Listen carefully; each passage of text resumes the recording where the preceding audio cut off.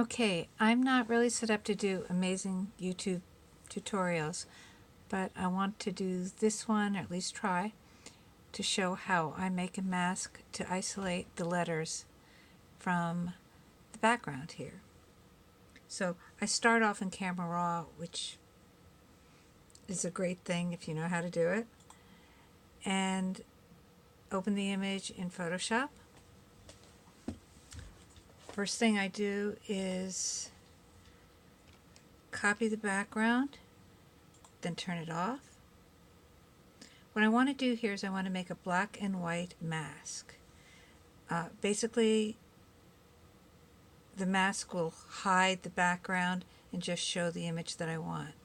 To do this, I'm going to go to Channels, which is right next to Layers, turn on the blue channel, right-click it, duplicate the channel, call it Mask. Okay. Turn the mask layer on, the blue layer off. What I want to do is make something that's completely black and white. This is not going to impact the image at all. It's just going to create a mask, like a stencil. So almost all of my commands are going to be under Edit and Fill, and I'm going to fill with either black or white. The other thing I'm going to use is the Magic Wand tool, which has the shortcut of W. And I'm going to set a tolerance. The first thing I want to do is select all the white, or a lot of it. I'll do a tolerance of about 25, and it's going to be contiguous. I don't want it to pick up anything that is over a line, like that little spot.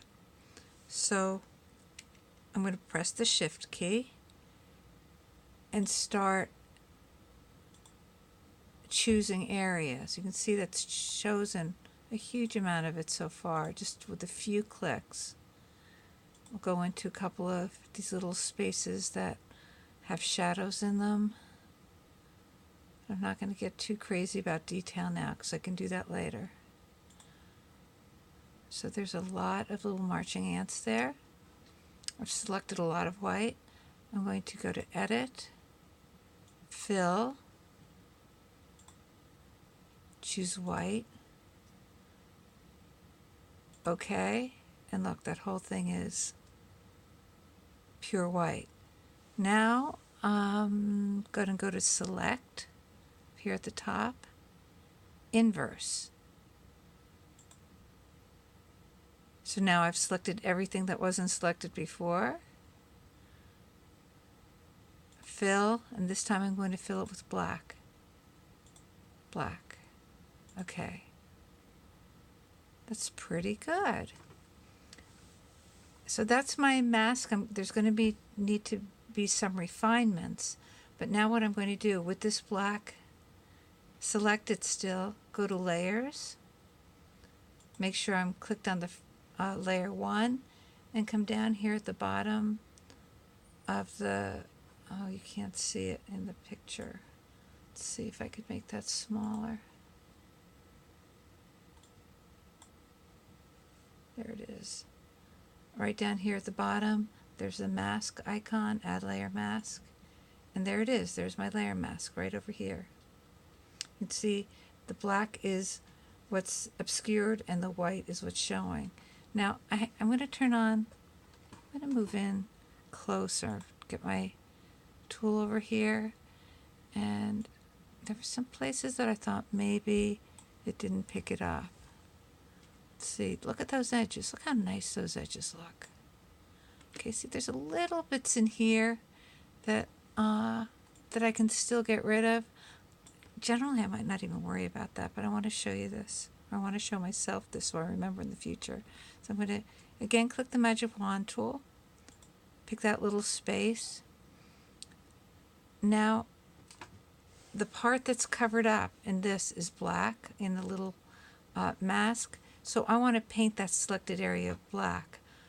I notice that the white is the foreground color, so I'll press X to reverse it so that the black is the foreground color. Press B for brush. Make my brush maybe a little bit larger. It's making it smaller. And now when I brush over this, it's going to remove the part that I don't want. See? Do that a few times. Press Shift and get a little bit more.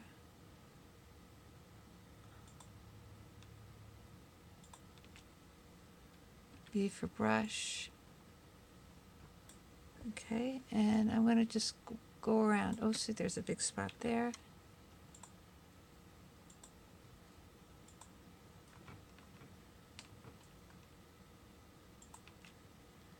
B for brush. And look, it didn't get a lot of those little edges. I'm not going to get crazy about that. What I'm going to do is deselect, select, deselect, and now I've got to be careful because whatever I touch, looks like I should have made a harder edge. A nice hard edge on that.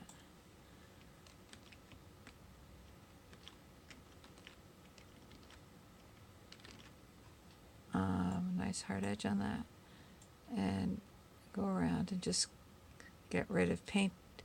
Basically, I'm painting black on my mask so it covers those little spots. Okay. So the last thing I want to show is if I go in really close here, sometimes my edges aren't as smooth as I'd like them to be. Oh, wait, and here's a spot that it took out way too much. So now what I'm going to do is I'm going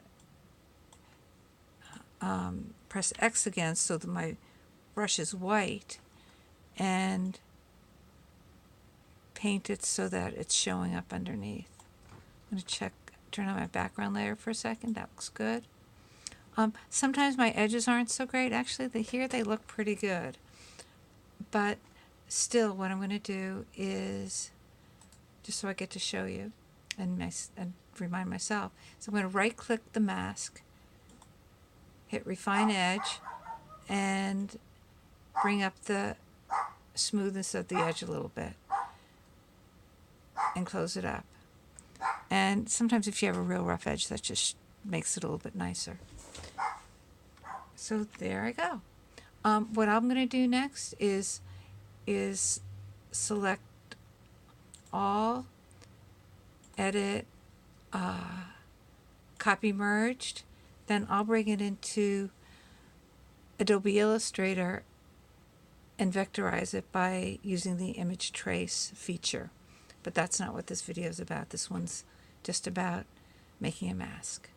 So I hope this is understandable, but I needed to make it so at least I would remember in the future.